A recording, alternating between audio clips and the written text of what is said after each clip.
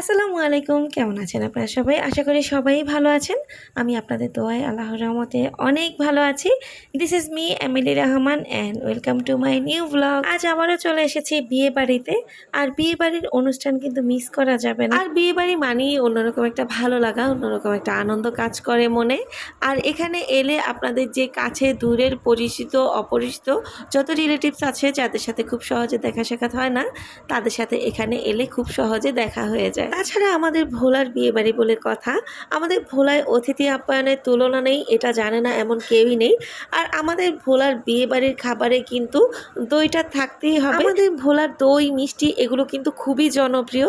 যারা একবার এসে খেয়েছেন তারা কিন্তু সাথে করে নিয়েও গিয়েছেন এবং আবার আসতে বাধ্য হয়েছে। এই যে আমি ছেলের বাড়ি মেয়ের বাড়ি দুটো বিয়েতে অ্যাটেন্ড করেছি, তারা কেউই কিন্তু কোনো গিফটের ব্যবস্থা রাখেনি।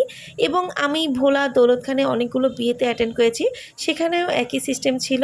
এইভাবে সকল শ্রেণীর মানুষ কিন্তু বিয়েতে অ্যাটেন্ড করতে পারে। আর তার মানে এই না খাবারের মান খারাপ ছিল, খাবারের আইটেমে কোনো ত্রুটি ছিল, একদমই না, সব কিছুই পারফেক্ট ছিল। আর আমাদের ভোলার বিয়ে বাড়ির খাবারগুলো কিন্তু অনেক মজা হয়। এখানে খাবারে কোনো সুগন্ধি ব্যবহার করা হয় না, যার কারণে তৃপ্তি সহকারে খাওয়া যায়। আজ এখানেই বিদায় নিচ্ছি। থ্যাংকস টু ওয়াচিং মাই ভিডিওটা ভালো লাগলে লাইক কমেন্ট শেয়ার করে দেবেন। আল্লাহ হাফিজ।